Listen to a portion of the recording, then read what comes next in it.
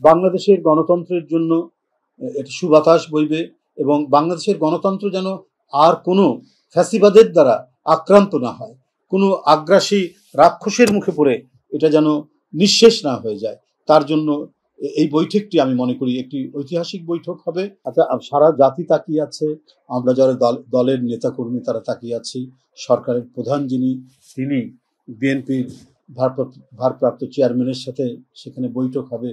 এটা আমাদের কাছে অত্যন্ত আনন্দের একটি সংবাদ।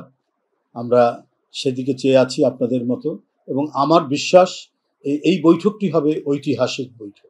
ইফা জোশিক স্পার্ক মিক্সে আছে সবচেয়ে বেশি মশলার সংমিশ্রণ। ইফা জোশিক স্পার্ক মিক্স মশলা, এবং এটি মানে এই দেশ এবং জাতির জন্য একটি মঙ্গলজনক বৈঠক হবে। দেশ, জাতি এবং দুর্ভাগা গণতন্ত্রের জন্য এটি একটি মঙ্গলজনক বৈঠক হবে, যে আমাদের গণতন্ত্রকে চিরস্থায়ী করা, এটাকে শক্তিশালী করা, এবং সর্বোপরি এদেশের মানুষ যাতে প্রত্যেকেই একজন ইন্ডিপেন্ডেন্ট স্বাধীন ইউনিট হিসাবে, যেটা গণতন্ত্র নিশ্চিত করে, গণতন্ত্র প্রত্যেকটি মানুষের নাগরিক স্বাধীনতা নিশ্চিত করে, এই জিনিসগুলো প্রতিষ্ঠা হওয়ার ক্ষেত্রে সরকারের প্রধান উপদেষ্টা এবং বিএনপির ভারপ্রাপ্ত চেয়ারম্যান জনাব তারেক রহমানের এই বৈঠকটি, আমি আগেও বলেছি, এটি ঐতিহাসিক এবং অতীব গুরুত্বপূর্ণ। ধন্যবাদ। এটা তো বৈঠক না হওয়া পর্যন্ত তো আমরা বলতে পারবো না যে কি কি এজেন্ডা নিয়ে আলোচনা হচ্ছে।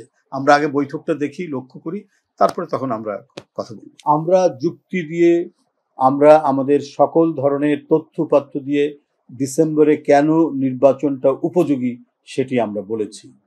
তো সুতরাং আলাপ আলোচনা চলতে থাকবে, আলাপ আলোচনা চলবে, এবং সব পক্ষই অত্যন্ত যৌক্তিক, একটা যৌক্তিক সময়ে নির্বাচনটি হবে। এবং আমরা মনে হয় আমরা আমাদের দিক থেকে অন বিহাফ অফ বিএনপি আমরা যে কথাটি বলেছি এটা জনগণের কাছে, সবার কাছে অত্যন্ত যুক্তিসঙ্গত বলে মনে হয়েছে। তারপরে আলোচনা চলবে, আলোচনা চলতে থাকবে, তারপরে সেই ফলাফল আমরা আলোচনার পরে আমরা পাবো। ধন্যবাদ।